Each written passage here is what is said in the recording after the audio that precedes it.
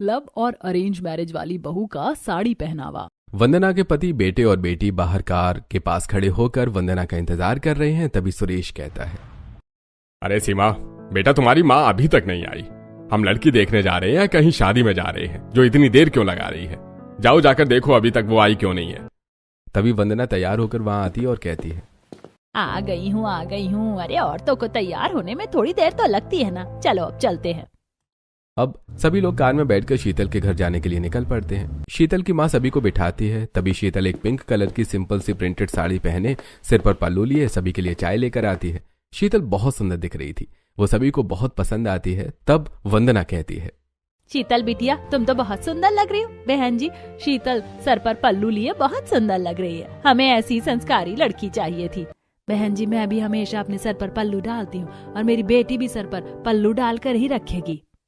ये सुनकर वंदना बहुत खुश हो जाती है। सभी लोगों को शीतल बहुत पसंद आती है और इस तरह शीतल और विशाल का रिश्ता तय हो जाता है। ऐसे ही 4 दिन बीत जाते हैं। वंदना और सुरेश दोनों हॉल में बैठे कॉफी पी रहे थे। तभी शिवम वहां आता है तो वंदना उसे एक लड़की की फोटो दिखाते हुए कहती है, शिवम बेटा, जरा इस लड़की की फोटो तो देख। माँ, ये किसकी फोटो है? विशाल का रिश्ता तो पक्का हो गया। अब तू भी लड़की पसंद कर ले तो दोनों बेटों की शादी मैं साथ ही कर दूंगी। माँ, मैंने अपने लिए लड़की पसंद कर रखी है। लो भाई, ये तो बहुत अच्छी बात है। कौन है वो? माँ, उसका नाम नीलिमा है। मेरे ही स्कूल में पढ़ती थी, लेकिन 10th के बाद वो अपने माँ बाप के साथ अमेरिका चली गई थी। अभी अभी आई है। ये तो बहुत अच्छी बात है बेटा। कल ही हम सबको उससे मिलवा दे। हम तेरा भी रिश्ता पक्का कर देते हैं। अगले दिन शिवम सभी को नीलिमा के घर लेकर जाता है। वंदना देखती है कि नीलिमा की माँ ने एक लॉन्ग वन पीस पहन रखा है। वे लोग आपस में बैठकर बातें करते हैं। तभी नीलिमा वहां पर स्काई ब्लू कलर की एक डिजाइनर साड़ी पहने हुए आती है। उसे देखकर सीमा अपनी माँ से कहती है, माँ, उनकी साड़ी देख रही हो? कितनी सुंदर डिजाइनर है। ऐसी साड़ी तो बड़ी मुश्किल से देखने को मिलती है। सभी लोग नीलिमा को देखते हैं। नीलिमा सबको बहुत सुंदर लगती है। तब नीलिमा की माँ कहती है, बहन जी, नीलिमा हमारी इकलौती बेटी है। ये एक फैशन डिजाइनर भी है। जो साड़ी इसने पहन रखी है वो इसी की डिजाइन की हुई है। शिवम, नीलिमा अमेरिका में पली बड़ी है। वो बहुत ही एडवांस है। मुझे नहीं लगता कि वो हमारे घर के लिए एक परफेक्ट बहू है और मुझे वो पसंद नहीं है। माँ, नीलिमा बहुत अच्छी है। आप उसके कपड़ों से उसके नेचर का अंदाजा मत लगाइए। मैं कई दिनों से उसे जानता हूँ और मैं आपको विश्वास दिलाता हूँ कि वो हमारे घर के लिए परफेक्ट बहू साबित होगी। और मैं उससे बहुत प्यार करता हूँ और मैं उसी से शादी करूंगा। अपने बेटे की बात सुनकर सुरेश वंदना को समझाते हुए कहता है, वंदना, अगर शिवम को वो लड़की इतनी पसंद है तो फिर हमें भी पसंद होनी चाहिए। शिवम की खुशी से ज्यादा इंपॉर्टेंट हमारे लिए और कुछ नहीं है। ओ माँ, मान भी जाओ ना। सभी के इतना मनाने पर वंदना मान जाती है। फिर नीलिमा और शिवम का रिश्ता भी पक्का हो जाता है। वंदना के दोनों बेटों का रिश्ता पक्का हो चुका था, इसलिए शादी की तैयारियां शुरू हो जाती हैं। अभी शादी को 1 हफ्ते ही बचे थे। तब सीमा वंदना से कहती है, माँ, वैसे तो मेरी सारी शॉपिंग हो गई, लेकिन बस मुझे रिसेप्शन की ड्रेस नहीं मिल रही। अगर आप कहें तो मैं अपनी छोटी भाभी से एक ड्रेस डिजाइन करवा लूं। नहीं नहीं बेटा, वो अभी अपनी शादी की तैयारियों में व्यस्त होगी। तुम उसे परेशान मत करो। ढूंढो, तुम्हें मार्केट में कोई ना कोई ड्रेस मिल ही जाएगी। शादी का दिन भी आ जाता है। लॉन में पहले बड़ी बहू अपने परिवार वालों के साथ आती है। घर वालों के साथ साथ सभी मेहमानों की नजर भी उस पर थी। बड़ी बहू ने लाइट स्काई कलर की बनारसी साड़ी पहन रखी थी। साथ ही उसने एक बनारसी रेड दुपट्टे से अपना घूंघट कर रखा था। वो इस लुक में बहुत ही सुंदर लग रही थी। उसे देखकर वंदना की सहेली नम्रता कहती है, वंदना, तेरी बड़ी बहू बड़ी ही सुंदर लग रही है और कितनी संस्कारी है। उसने घूंघट भी ले रखा है। हाँ हाँ नम्रता, शीतल सचमुच बहुत अच्छी है। शीतल सबके लिए बीच से निकलती हुई स्टेज पर जाकर बैठ जाती है। थोड़ी देर में नीलिमा भी लॉन में एंट्री लेती है। नीलिमा ने एक बहुत सुंदर dark sky Indo western sari पहन रखी थी। उसके ब्लाउज की स्लीव्स बहुत छोटी थी। साथ ही उसने एक पतले नेट के दुपट्टे को सिर पर रखा था। नीलिमा के पीछे उसकी माँ और उसकी बहन long fish cut one piece में चल रही थी। वो भी एंट्री लेती हुई स्टेज पर जाकर बैठ जाती हैं। उसे देखकर सीमा की सहेलियां कहती हैं, अरे वाह सीमा, तेरी भाभी तो कितनी मॉडर्न और कितनी स्टाइलिश है और उसकी ये इंडो वेस्टर्न साड़ी तो बहुत ही सुंदर लग रही है। शायद ही ऐसी साड़ी किसी ने अपनी वेडिंग में पहनी हो।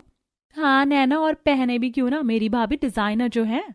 जहां एक तरफ सीमा और उसकी सहेलियों को नीलिमा की साड़ी सुंदर लग रही थी, तो वहीं वंदना को नीलिमा का पहनावा पसंद नहीं आता। वंदना की सहेली नम्रता कहती है, वंदना बहन, तुमने एक बहू तो बड़ी सिंपल पसंद की, लेकिन दूसरी बड़ी एडवांस पसंद कर ली। देख रही हो अपनी शादी के दिन भी वो किस तरह से साड़ी पहनकर यहाँ आई है।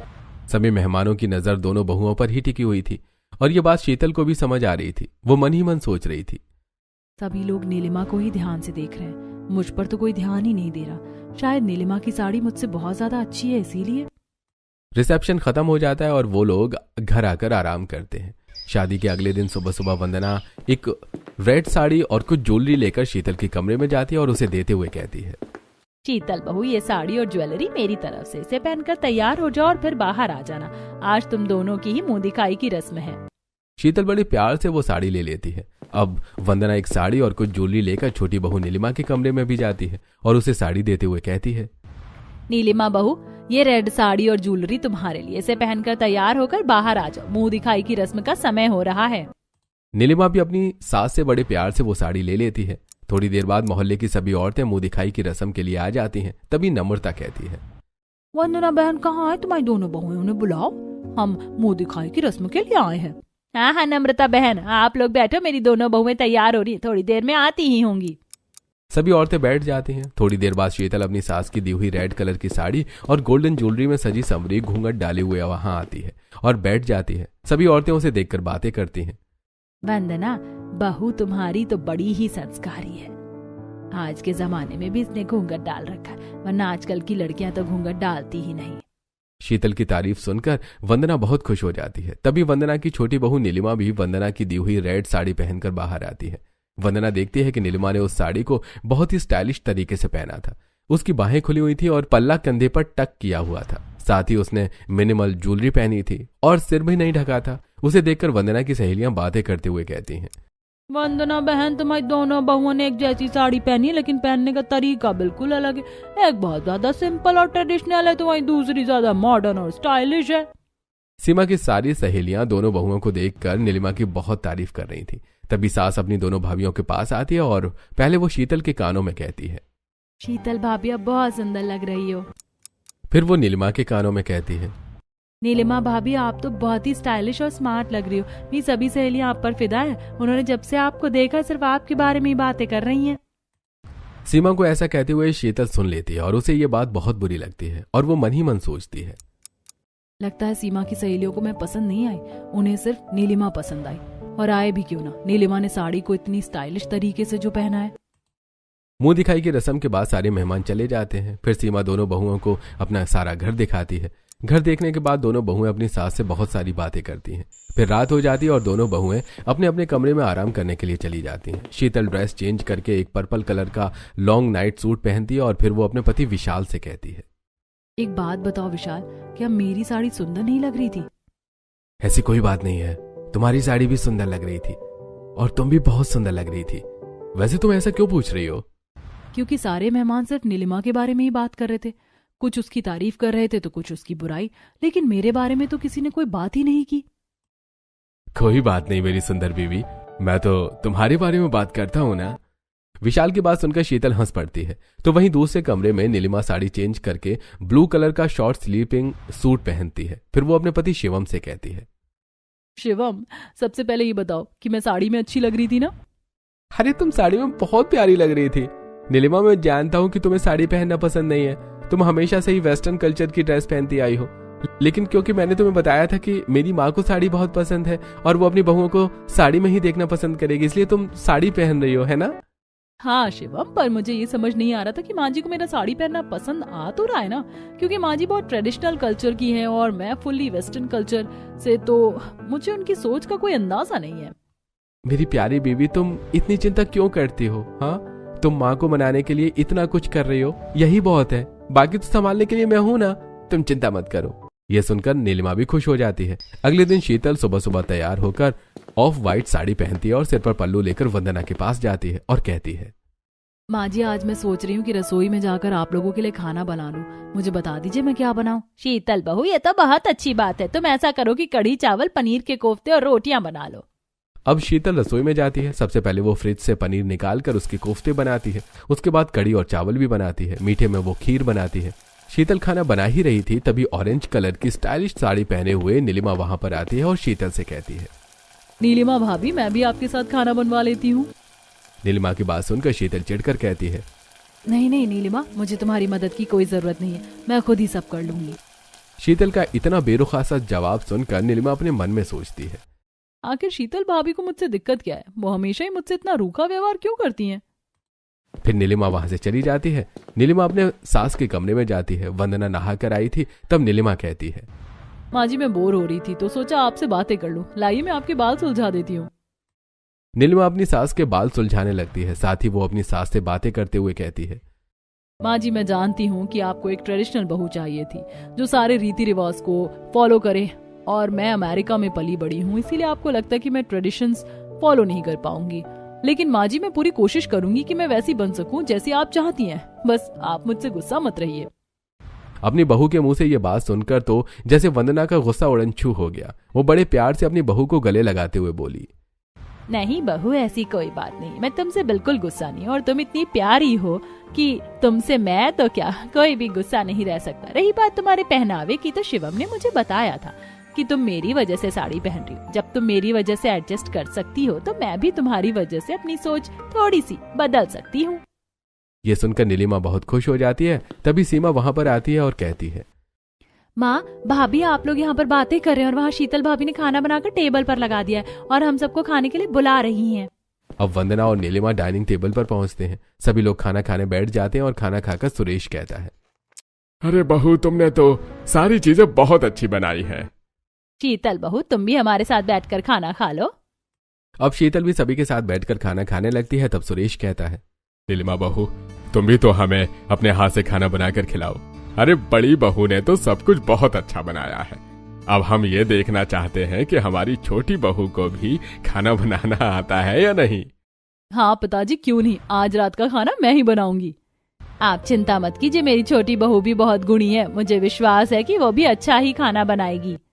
अपनी सास के मुंह से अपनी तारीफ सुनकर जहां एक तरफ नीलिमा बहुत खुश हो जाती है तो वहीं दूसरी तरफ शीतल को ये पसंद नहीं आता और वो अपने मन में सोचती है, मुझे लगा था कि कम से कम माँ जी को तो मैं ज्यादा पसंद आऊंगी, लेकिन नीलिमा ने उनसे भी मीठी मीठी बातें करके उन्हें भी अपनी तरफ कर लिया। नीलिमा बहुत स्टाइलिश है ना, शायद इसीलिए सभी उसे ज्यादा पसंद करते हैं। काश मैं भी नीलिमा जैसी स्टाइलिश होती।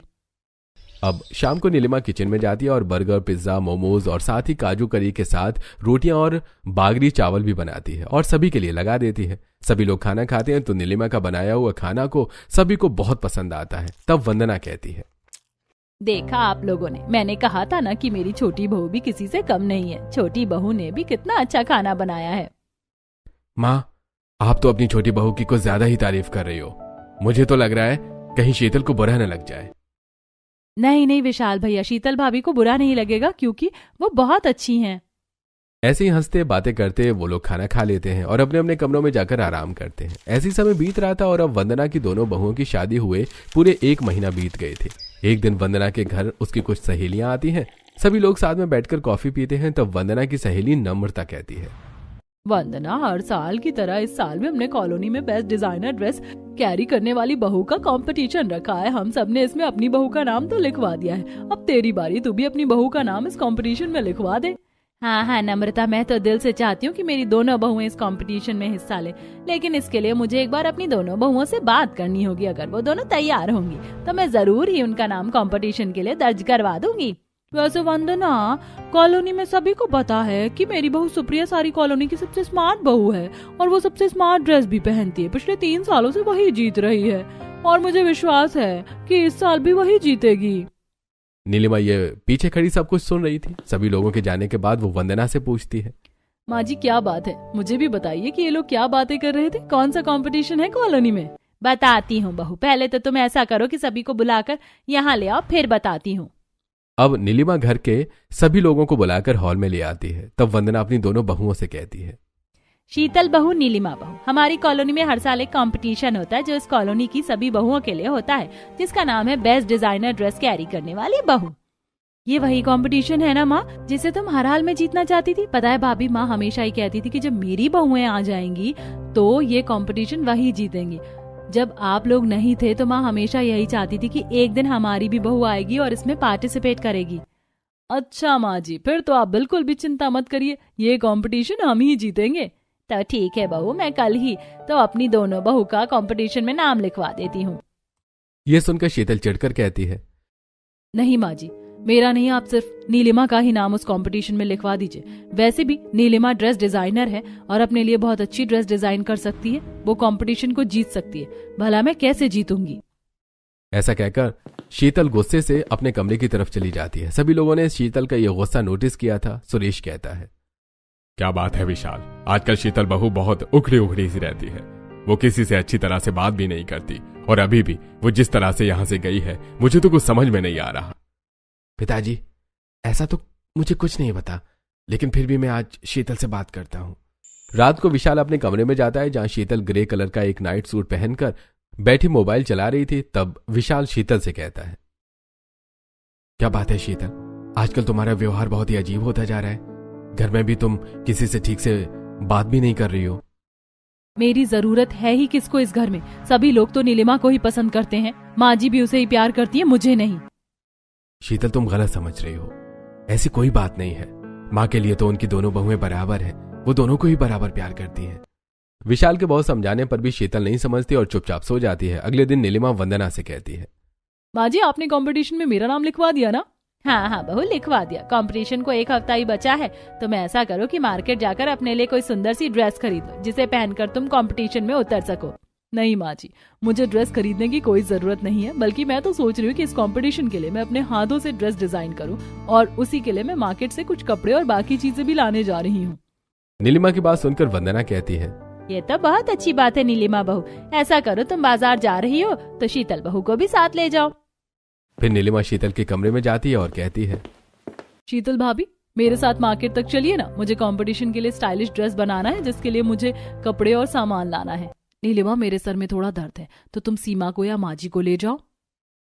नीलिमा समझ जाती है कि शीतल उसके साथ जाना नहीं चाहती, इसलिए नीलिमा अपनी नंद सीमा के साथ बाजार चली जाती है। पहले नीलिमा कपड़ों की शॉप पर जाती है, फिर वो वहां से सेलेक्ट करके कुछ कपड़े खरीदती है। फिर वो लेस और गोटा की दुकान पर जाती है और कपड़ों से मैच करके वो कुछ गोटा, लेस और स्टोन लेती है और कुछ और भी सामान लेती है। फिर वो सीमा से कहती है, सीमा, मेरा सारा काम हो गया, चलो अब हम दोनों पानी पूरी खाते हैं, फिर घर जाएंगे। हाँ भाभी, चलिए। फिर सीमा और नीलिमा पानी पूरी वाले की दुकान पर जाकर पानी पूरी खाते हैं और फिर अपने घर वापस आ जाते हैं। नीलिमा अपनी सास को सारा सामान दिखाती है और कहती है, माँ जी, आप देखिएगा, मैं इन कपड़ों से एक डिजाइनर साड़ी तैयार करूंगी जो बहुत अनोखी और अलग होगी। ये लोग बात कर रहे थे कि शीतल के चिल्लाने की आवाज आती है। सभी लोग दौड़कर आवाज की तरफ भागते हैं तो देखते हैं कि शीतल सीढ़ियों से गिर गई है। वंदना कहती है, नीलिमा, सीमा, बहू को उठाओ और कमरे में ले चलो। नीलिमा और सीमा उसे अपने कंधे का सहारा देकर उठाती हैं और उसके कमरे तक ले जाती हैं। फिर उसकी सास कहती है, शीतल बहू, तुझे चोट तो नहीं आई? आज ही मेरे पैरों में बहुत दर्द हो रहा है, शायद मोच आ गई है। यह सुनकर वंदना नीलिमा से कहती है, नीलिमा बहू, तुम ऐसा करो कि किचन में जाकर नमक का गर्म पानी ले आओ और सीमा, तू जरा ड्रॉर से बाम निकाल कर मुझे दे। अब नीलिमा किचन में पानी गर्म करने के लिए चली जाती है तो सीमा वंदना के हाथों में बाम दे देती है। वंदना अपने हाथों से शीतल के पैरों में बाम लगाती है। थोड़ी देर बाद नीलिमा गर्म पानी लेकर वहां आ जाती है। तब वंदना कहती है, बहू, तू ऐसा कर कि एक कॉटन का कपड़ा ला दे, मैं बहू के पैरों की सिकाई कर देती हूँ। नीलिमा वंदना को एक कॉटन का कपड़ा दे देती है। फिर वंदना कॉटन के कपड़े से शीतल के पैरों की सिकाई करती है। शीतल अपने सास को अपनी इतनी चिंता करते हुए देखकर मन में सोचती है, मुझे हमेशा ऐसा लगता था कि माँ जी सिर्फ नीलिमा से प्यार करती हैं, लेकिन उनकी मेरे लिए चिंता देखकर तो मुझे ऐसा लगता है कि वो मुझे भी बहुत प्यार करती हैं। फिर वंदना शीतल को आराम करने का कहकर वहां से चली जाती है।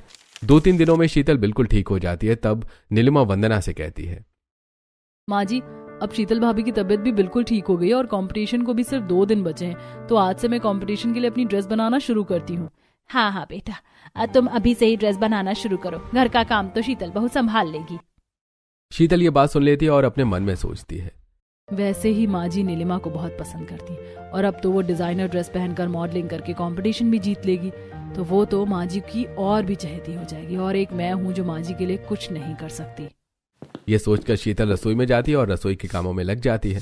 तभी किसी काम से निर्मला वहां आती है और कहती है, शीतल भाभी, आप एक बार भी मेरे कमरे में नहीं आई, चलिए ना, मैं आपको दिखाती हूँ कि मैं किस तरह की ड्रेस डिजाइन कर रही हूँ। नीलिमा, ये दिखाने की क्या जरूरत है? अगर तुम कोई ड्रेस बना रही हो तो वो अच्छी ही बनेगी, आखिर तुम डिजाइनर जो हो, और वैसे भी घर में तो सब लोग तुम्हें ही पसंद करते हैं। इस कंपटीशन को जीतने के बाद तुम घर वालों की और भी प्रिय हो जाओगी। इन सबको देखा जाए तो तुम्हें तो मुझसे बात भी नहीं करनी चाहिए।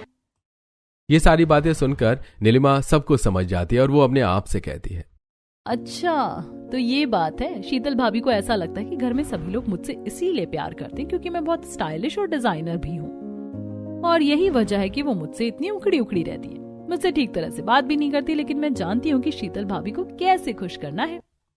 ऐसा सोचकर नीलिमा फिर से अपने कमरे में चली जाती है और अपनी ड्रेस बनाने लगती है। 2 दिन बीत चुके थे और नीलिमा ने एक डार्क स्काई कलर की इंडो वेस्टर्न साड़ी तैयार कर दी थी, जिसमें उसने नीचे से कुछ कपड़ों को काट कर घेर बनाया था और उसमें कुछ स्टोन और गोटा से वर्क भी किया था। वो साड़ी सचमुच कमाल की लग रही थी। सभी लोग हॉल में बैठे हुए थे, तभी नीलिमा वहां अपनी ड्रेस लेकर आती है और सभी को दिखाते हुए कहती है, माँ पिताजी देखिए मेरी साड़ी कंप्लीट हो गई, बताइए मुझे कैसी बनी है। बेटा सचमुच तुम्हारे हाथों ने तो इस साड़ी में जादू कर दिया और ये साड़ी बहुत सुंदर बनी है। हाँ बहू, सच में ये साड़ी बहुत सुंदर बनी है और ये तुम पर बहुत सुंदर लगेगी। मुझे तो विश्वास हो गया है कि इस बार इस साड़ी को पहनकर तुम इस कंपटीशन को जीतकर वंदना का सपना पूरा कर दोगी। भाभी कंपटीशन का समय होने ही वाला है, जाइए साड़ी को पहनकर जल्दी से तैयार हो जाइए। यह सुनकर नीलिमा शीतल का हाथ पकड़ते हुए कहती है, शीतल भाभी मेरे साथ मेरे कमरे में चलिए, मुझे आपकी मदद की जरूरत है। शीतल न चाहते हुए भी नीलिमा के साथ उसके कमरे में चली जाती है। थोड़ी देर बाद दोनों बाहर निकलती हैं तो सभी लोग देखते हैं कि नीलिमा ने जो ड्रेस डिजाइन की थी वो शीतल पहनकर तैयार है और शीतल बहुत सुंदर लग रही है। तभी वंदना कहती है, नीलिमा बहू ये क्या, तुमने ये साड़ी अपने लिए बनाई थी, फिर शीतल को क्यों पहना दी। नहीं माँ जी, मैंने ये साड़ी अपने लिए नहीं बल्कि शीतल भाभी के लिए ही बनाई थी और इस कंपटीशन में मैं नहीं बल्कि शीतल भाभी ही उतरेंगी। मैं चाहती हूँ कि शीतल भाभी की तारीफ हो और आपका कंपटीशन जीतने का सपना वो पूरा करें। सभी लोग नीलिमा की बात सुनकर बहुत खुश हो जाते हैं। अब पूरा परिवार मिलकर कॉलोनी के ग्राउंड में जाता है जहां कंपटीशन स्टार्ट हो चुका था। कॉलोनी के सभी बहुओं के साथ साथ शीतल भी कंपटीशन में उतरती है और मॉडलिंग करती है। एक एक करके सब स्टाइलिश ड्रेस पहनकर वॉक करती हैं और लास्ट में शीतल कंपटीशन जीत जाती है। सभी लोग वंदना से मिलकर उसको बधाई दे रहे थे, तब वंदना शोभना से कहती है, शोभना बहन क्या कह रही थी, आपके पिछले 3 साल से केवल आपकी ही बहू जीतती आई है और इस बार भी आपकी बहू ही जीतेगी। देखिए मेरी दोनों बहुओं ने मिलकर आपका ये सपना तोड़ दिया। हाँ वंदना बहन, सचमुच तुम्हारी दोनों बहुएं तो कमाल है। एक ने शानदार ड्रेस डिजाइनिंग की और दूसरी ने शानदार मॉडलिंग की। भाई तुम तो मुझसे जीत गई, मैंने अपनी हार स्वीकार कर ली। ये सुनकर सभी औरतें हंस पड़ती हैं तो वहीं वंदना की खुशी का ठिकाना ही नहीं रहता। उसके बाद शीतल को स्टेज पर बुलाकर इनाम दिया जाता है। शीतल इनाम लेकर अपनी सास और देवरानी को ध्यान से देखती है और मुस्कुराती है। उसके बाद वो लोग घर आ जाते हैं। अगली सुबह शीतल एक कप ग्रीन टी लेकर नीलिमा के कमरे में पहुंचती है तो देखती है कि नीलिमा रेड कलर का गाउन पहने बेड पर ही अपना मोबाइल देख रही थी। शीतल उसे ग्रीन टी देते हुए कहती है, ये रही तुम्हारे लिए ग्रीन टी। अरे भाभी इसकी क्या जरूरत थी, मैं खुद ही बना लेती। वैसे भी आप मेरी जेठानी हो, आपको मेरे नहीं बल्कि मुझे आपके काम करने चाहिए। हाँ नीलिमा, जेठानी तो मैं हूँ तुम्हारी, लेकिन बड़ों वाला काम तो तुमने किया है। मैंने तुम्हें कितना गलत समझा। मैं तुम्हारी काबिलियत से जलती रही, लेकिन तुमने उनमें से किसी बात की परवाह नहीं की और मुझे कंपटीशन में उतार कर इतनी इज्जत दिलाई। तुम सचमुच बहुत अच्छी हो और मुझे गर्व है कि मुझे तुम्हारे जैसी देवरानी मिली। भाभी मुझे बहुत खुशी है कि आपको मुझसे जो भी शिकायत थी वो दूर हो गई और मैं कोशिश करूंगी कि कभी भी दोबारा आपको शिकायत का मौका ना दूं। फिर शीतल नीलिमा को ग्रीन टी देकर वहां से चली जाती है। नीलिमा ग्रीन टी पीती है और एक ऑफ वाइट कलर की सुंदर सी साड़ी पहनकर तैयार होती है। फिर वो रसोई में जाती है और शीतल के साथ मिलकर खाना बनाने लगती है। दोनों आपस में हंसकर बहुत बातें कर रही थी। दोनों ने साथ साथ खाना लगाया। ये देखकर परिवार के सभी लोग बहुत खुश हो रहे थे और इस तरह अब शीतल की सारी शिकायतें दूर हो गई थी और नीलिमा और शीतल साथ में मिलजुल कर रहने लगे थे।